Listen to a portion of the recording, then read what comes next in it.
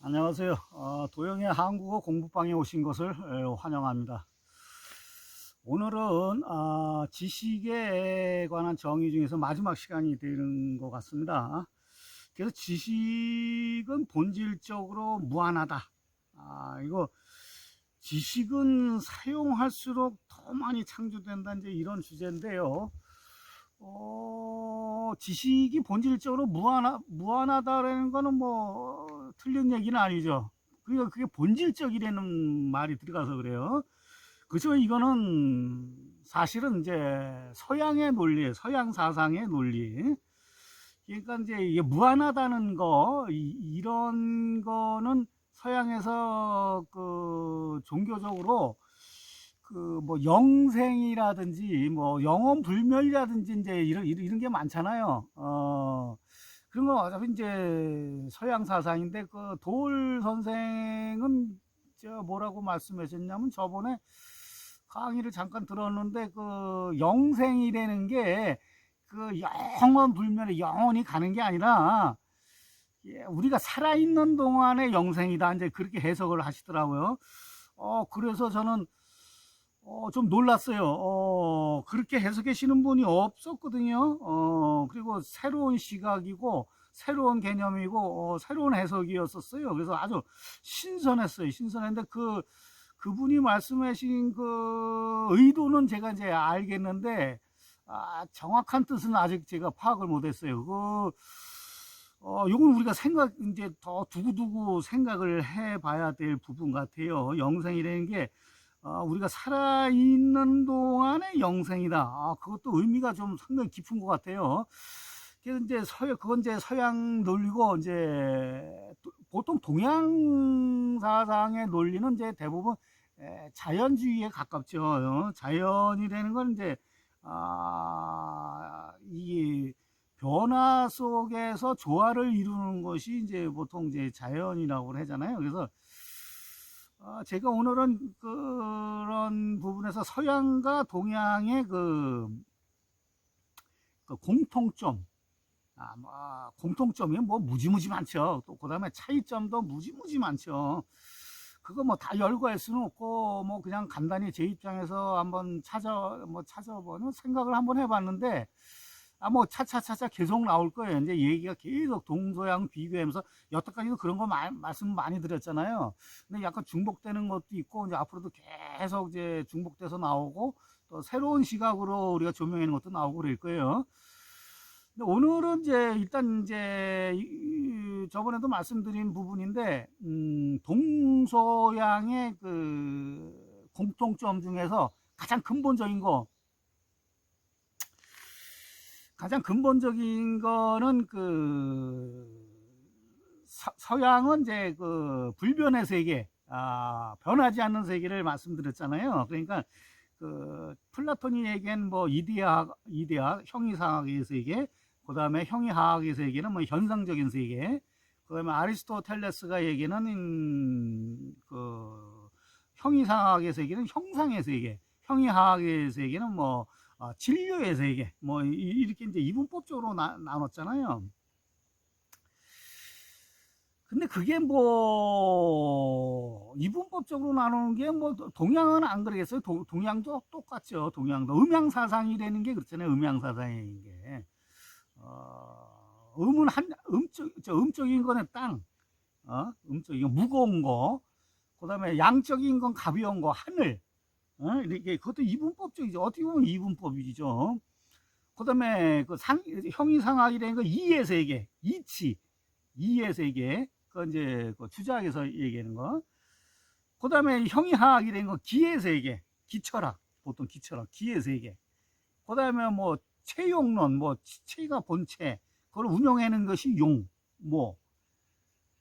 그다음 뭐 동양에서 그런 거 많아요. 뭐 저기 그 사실 철학 대 철학이라는 책이 있는데, 거기서 이제 노자를 까요. 아주 비판을 하는 게 있어. 그게 뭐냐면 이제, 물론 이제 도울 선생은 그렇게 해석을 안 하지만은, 일단 도덕경에 보면 원래 이게 이제 덕도경이라 그래. 덕도경. 덕경과 도경으로 이루어졌는데 덕경이 원래 앞부분에 있었대요. 그리고 도경이 뒤에 있었는데 그거를 이제 도우 선생은 이제 왕필이가 그렇게 바꿨다고는 주장을 하지만 하여튼 그 도경을 앞에 놓고 덕경을 뒤에 놓아가지고 이제 사람들이 그래서 이제 도덕경이다. 원래 덕도경인데 도덕경이다. 이렇게 이제 일반화된 거죠. 그래서 이제 저도 원래 덕도경이 맞지만은 이제 일반화됐기 때문에 저도 이제 도덕경이라고 이제 말씀드리는데 그 철학세 철학이라는 그 책에 보면은 그 노자 어떻게 비판하면 노자의 도덕경을 그 도덕경에 보면은 도에서 1이 나오고 1에서 2가 나오고 2에서 3인데 3에서 만물이 나온다. 근데 이런 식의 그런 얘기가 있잖아요. 그거는 뭐냐면 도라는 그 본체 본래의 그것을 상정을 했다 얘가 원래 그거를 그거 문제가 있다 얘가 저기 그 동양의 그 변하는 세계에서 뭐를 그러니까 서양에서는 그거를 이제 가시라 그래서 가 하나님 뭐 이데아가 됐건 뭐가 됐건 그런 식으로 완전히 이분법적인 세계에서 동양도 마찬가지다 이게 도덕경에서 도를 원래 있는 거에서 모든 게 만물이 나왔다고 하니까 그것도 비판받아야 될 것이라고 거기서 이제 비판을 해요. 그러니까 이제 제가 저번에 잠깐 그 사상 체질에 대해서도 말씀드렸잖아요. 사상 체질도 사실 모든 게 변화 속에서 조화가 이루어져야 되는데 인간을 4가지 등급으로 나눠가지고 체질을 아예 그것이 원래 있었다. 거기서 모든 게 출발해서 나온다. 그런 것도 비판받아야 될 부분이죠. 그것도 원래 모든 걸 원래 본래가 있다고 상정을 하니까 그게 거기서 모든 문제가 나오는 거예요. 그게. 그 이제 현대 과학에서도 그렇잖아요. 빅뱅 이론이라는 거죠. 빅뱅도 모든 게 그 빅뱅서부터 출발돼 있다고 그랬잖아요. 그거는 있을 수가 없는 거지. 그것도 증명이 된 게 아니에요. 사람들이 그저 빅뱅이 그걸 빅뱅 이론이라 그래. 이론이라는 건 증명된 게 아니고 가설이거든요.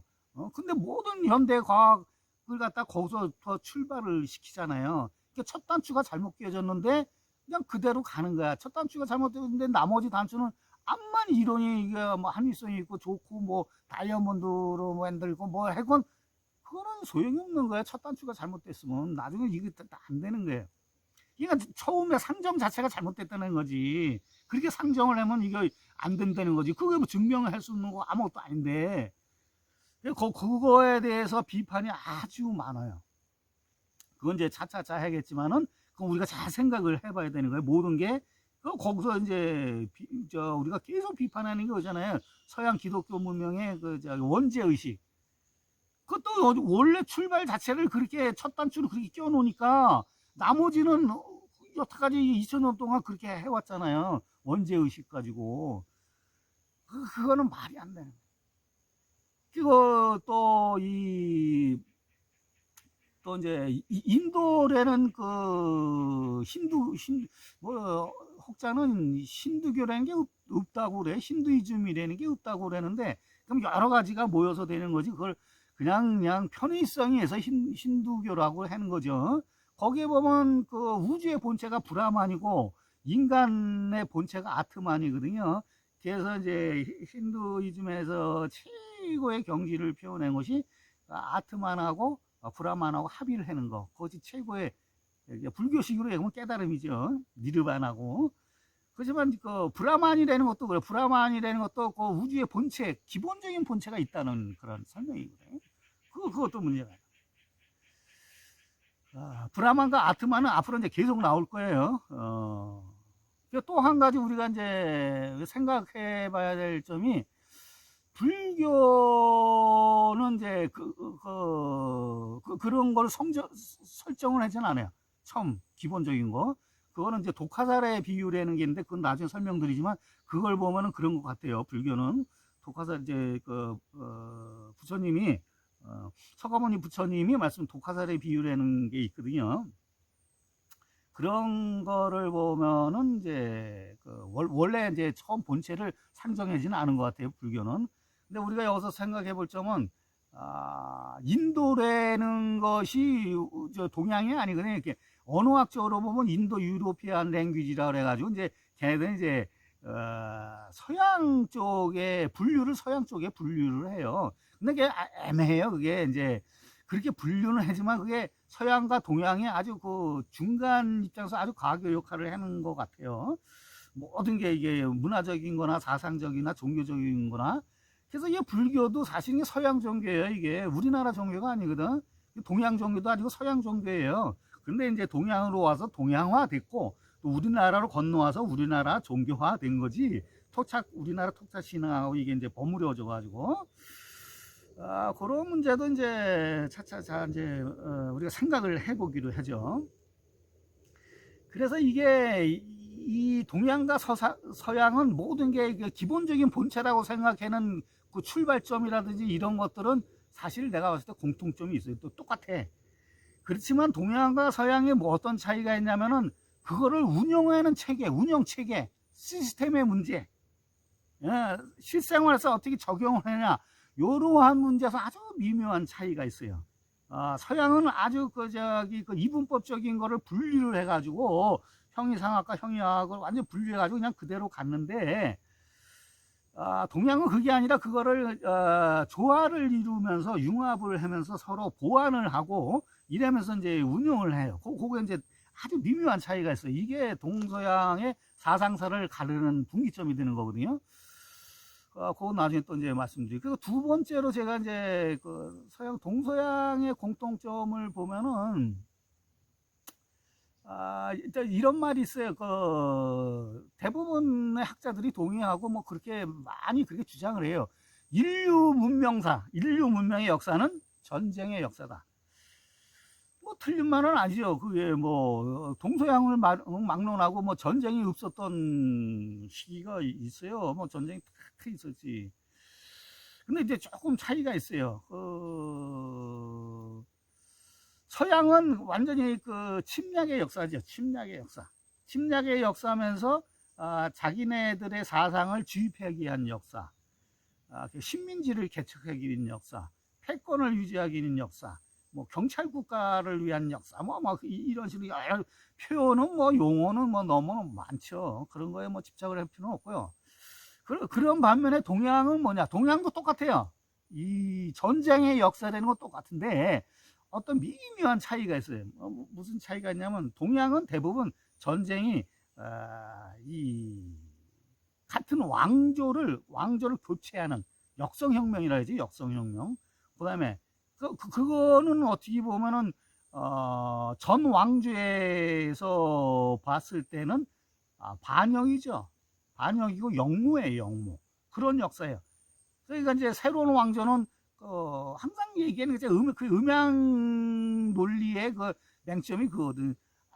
하늘의 천명을 받아서 니네들이 여태까지 백성들을 그렇게 수탈하고 못 살게 울어 가지고 내가 하늘의 천명을 가지고 백성들을 구제하기 위해서 내가 이렇게 반란, 뭐 좋게 얘기하면 혁명, 뭐 이렇게 한다. 이런 역사, 이제 그런 이제 미묘한 차이가 있죠. 근데 여기서 이제 그 전쟁 얘기가 나왔으니까 이제 한 가지만 더 짚고 나간다면, 이건 우리가 옳고 그른 걸 판단하는 게 아니라 우리가 생각을 해보겠다는 얘기예요. 생각을 해보자 이게. 다른 시각으로. 뭐냐면 이제 우리가 트럼프를 좋아하는 사람 별로 없어요. 전 세계적으로 트럼프를 별로 좋아하는 사람 없는데 내가 어디서 이제 그런 얘기를 들었어요.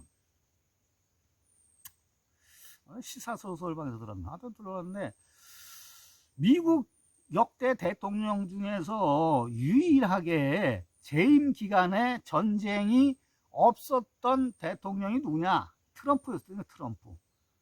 근데 이거는 제가 크로스 체크도 한 게 아니라 팩트를 제가 확인을 안 했어요. 확인을 안 해가지고 이게 맞는 얘기인지는 모르는데 하여튼 들은 얘기예요. 그러니까 이제 이거에 관심이 있으신 분들은 한번 찾아보세요. 저는 확실하게 말씀을 못 드리는데 그게 사실이라면은 트럼프 재임 기간에 진짜 전쟁이 없었고 역대 미국 대통령 중에서 유일하게 전쟁이 없었던 재임 기간이었다면은 저는 그렇게 해석해요. 미국의 가장 위대한 대통령이 아닐까. 그리고 가장 위대한 대통령의 반열에 올라서야 되는 거 아닌가. 그렇게 해석을 했을 거예요. 그만큼 전쟁이 중요한 거예요. 그 팩트 체크를 해보시고, 왜 그런 말씀을 드렸냐면, 전쟁이라는 거는 사람들이 군인들이 전쟁해. 군인들이. 근데 군인들이 전쟁하면 군인들이 많이 죽을 것 같죠. 전 세계 고래에서부터 지금 현대 전쟁까지 전쟁이 일어나면 제일 많이 죽는 게 군인이 아니라 민간인이래요. 민간. 그거는 뭐 통계적으로 나와 있는 거, 확실히 나와 있는 거니까 민간인이 더 많이 죽는데요. 인명 피해가 그만큼 심한 거예요. 그다음에 재산 피해는 뭐 얼마나 많겠어요.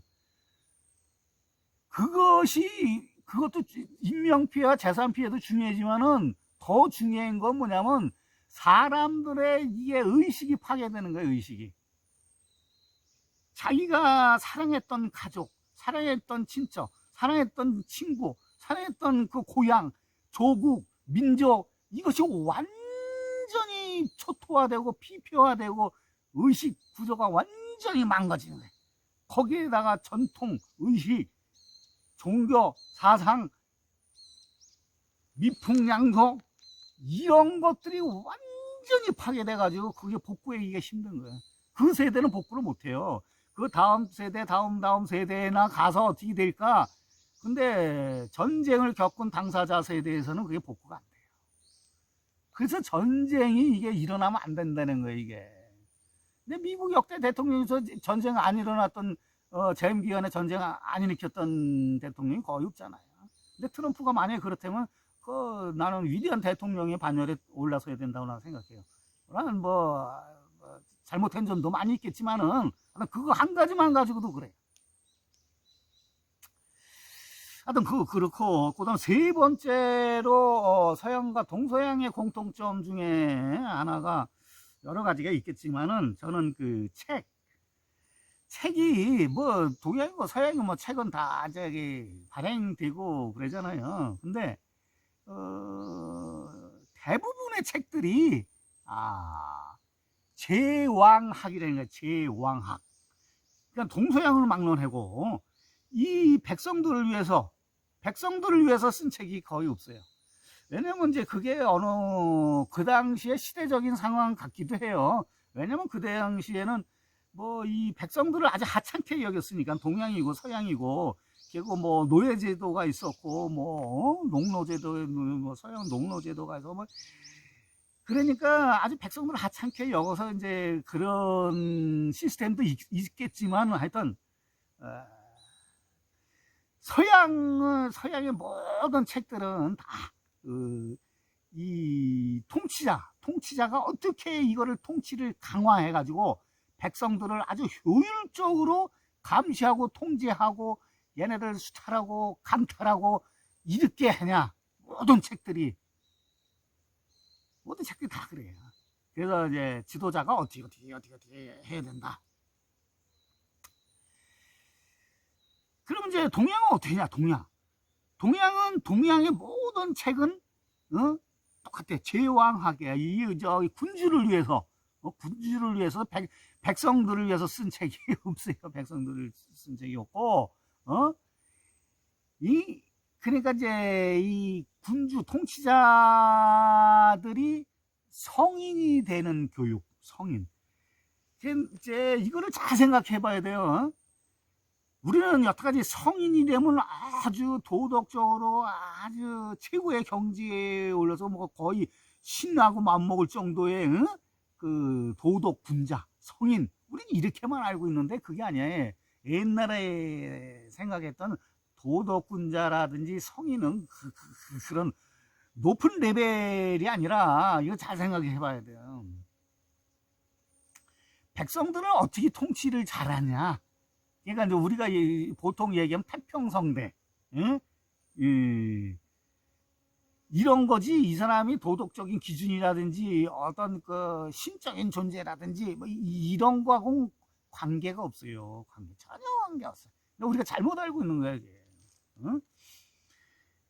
그래서 이 군자, 성인을 어떻게 하면 성인으로서 도덕군자가 되냐, 이것을 쓴 책들이야. 다 동양의 책들. 뭐 우리가 잘 아는 노자의 도덕경이라든지 뭐 공자의 뭐 논어라든지 이런 모든 책들이 다 그래. 맹자도 마찬가지고. 어?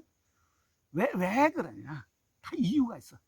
워낙 동양에는 그 역모 반란이 많이 일어나니까, 그리고 역성혁명에서 그 자기 집안이 아닌 데서도 있지만 자기 집안 내에서도 막 그냥 죽이고, 형제들 죽이고 아버지를 죽이고 다 그러잖아요. 당태종 이세민은 자기 그 형들 동생들 조카까지 다 죽이고, 자기 저기 동생 그 부인을 첩으로 삼고, 그런 게 뭐 비일비재되잖아요. 그러면서 매그 성인군자 얘기를 해. 성인군자 얘기를 하면서 왜 그렇게 해야 되냐?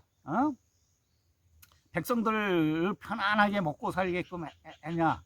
근데 편안하게 먹고 살아야 게, 저번에는 말씀드렸지만은 그 일정한 수준 그 이상으로는 못하게 해요. 그렇게 되면 사람이 똑똑해지니까, 생각을 하게 되고 똑똑해지니까 이제 거기 정치에 대해서 잘못 지적을 하고 반론을 제기하고 그러기 때문에, 고래로 지금까지도 똑같아요. 그 통치자들이 백성들을 일정 수준 이상으로 그 먹고 살게 안 해줘요. 그건 일부 계층, 일부 그 기득권층 재벌들, 이런 애들이나 좀 이렇게 이권을 몰아주지, 일반 백성은 그렇게 안 해줘요. 그러면 지네들 입장에서 큰일 나거든. 이권을 챙기지를 못하고. 그러니까 옛날에 그렇게 이 제왕학을 자꾸만 한 거는, 동양에서는 반란을 못 일으키게, 역모를 일으키지 못하게. 그래서 매일 그 가르친 게 뭐야? 충과 효를 가르쳤잖아요. 나라에 충성하고 부모의 효도하고, 부모의 효도를 나중에 이제 점점점 확대 해석해가지고 임금에 대한 효도, 지도자에 대한 효도, 그러니까 충성, 아버지에 충성하고 부모에 충성하고 국가에 충성하고 임금에 충성하고, 충과 효에 다른 거 없어요. 그냥 가장 중요한 게 충과 효. 거기에 뭐 공자가 뭐 예라고 그랬지만, 예를 많이 강조했지만 예도 똑같아. 예.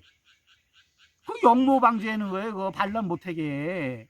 그 천자, 그러니까 지도자, 왕, 군주에 대한 예를 다 해야 된다. 너희도 반란 일으키면 안 돼. 반란 이거 큰일 나는 거야. 이거 하늘에 벌 받아. 하늘에 벌 받기 때문에 그렇게 안 돼. 충과 효와 예를 다 해야 돼. 이것이 옛날부터 동서양을 막론하고 책에서 주장했던 내용이에요. 그게 제왕학이라는 거거든요. 이제 지금도 제가 봤을 때 지금도 마찬가지야. 지금도 마찬가지. 기득권층들이 어떻게 돈을 버냐, 이권을 어떻게 챙기냐, 이것도 똑같은 거 아니에요. 제왕학이나 똑같은 거지. 권력 유지나 뭐 이권 개입이나 똑같은 거예요. 왜 권력을 쥐고 유지하려고 그래? 돈이 생기니까. 돈하고 권력은 이거 같이 가니까, 항상 권력 있는 놈들이 이권 챙기고, 이권이 있는 놈들이 권력을 사거나 짱을 하거나 뭐 같이 이렇게 가거나 카르텔을 형성해 가지고 같이 나눠 먹고, 이것이 옛날서부터 지금까지 똑같이 해오는 행태예요. 그러니까 우리가 이런 것들을 이제 생각을 해야 돼요. 여태까지 이런 생각을 안 해왔잖아요. 모든 건 동서양이 똑같아. 사상적인 거나 전쟁이나 책에서 걔네들이 이론적으로 철학적으로 주장하는 거나 똑같아요. 백성들을 어떻게 효율적으로 통치해서 어떻게 저놈들을 억누르고 수탈을 하냐. 이것이 인간의 역사예요. 인간 문명사의 역사. 우리는 이제 그런 거에 대해서 이제는 눈을 떠야 돼요. 이제 용서를 할 수가 없지. 그러니까 우리가 생각을 하고 우리도 뭉치고, 그렇게 하려면 첫 번째 생각을 해야 되고, 생각을 어떻게 해야? 올바르게 생각을 해야 돼요. 좀 거시적으로, 통시적으로 올바르게 생각을 하면서 세상 살아가는데 좀 더 자연적으로 조화롭게 더불어서 우리가 같이 행복하게 보람 있게 살 수 있는 방법들을 찾다 보니까 이제 이런 생각을 하게 되고 저런 생각을 하게 되는 거예요. 생각하는 목적이 그거 아니에요. 우리가 우리가 권력을 잡으려는 것도 아니고 이권을 개입하려고 하는 것도 아니잖아요. 어떻게 살아가면서 좀 더 보람돼 있고 다른 사람하고 나누면서 행복하게 살 것이냐, 이런 거를 생각을 해야 된다 이거야. 혼자서는 힘들잖아요. 혼자서는 우리가 뭉쳐야지 다른 놈들이 우리를 이렇게 얕잡아 보지 못하잖아요. 우리는 뭉치지를 못하니까 다른 놈들이 얕잡아 보는 거예요. 그래서 자꾸만 이거 거리두기 하고 자꾸만 분리를 하고 하려고 그러는 거예요. 왜냐면 뭉치지 못하게 하려고. 근데 우리가 이제 차차 그런 생각들을 많이 한번 해보자고요. 해가지고 그래도 우리가 남은 인생 그래도 괜찮게 살아야 될 거 아니에요. 우리가 이런 거 보면 그 도올 선생이 얘기한 것도 우리가 그것도 의미가 있어요. 영생이라는 게 영원 불멸으로 사는 게 아니라 우리 살아있는 동안에 아주 잘 사는 거, 그게 영생. 아주 우리가 아주 의미 있는 말씀 같아요. 그리고 그런 것도 우리가 차차 한번 생각해 보기로 하죠. 그리고 이로써 이제 지식에 관한 거는 다 지식이지만은 하여튼 누가 정의를 내려가지고 한번 우리가 생각해 보는 시간을 가졌어요. 그리고 이제 다음 시간서부터 이제 본격적으로 한번 또 다른 쪽으로 우리가 여러 가지 다각도로 생각해 보는 시간을 갖도록 하겠습니다. 예, 고맙습니다.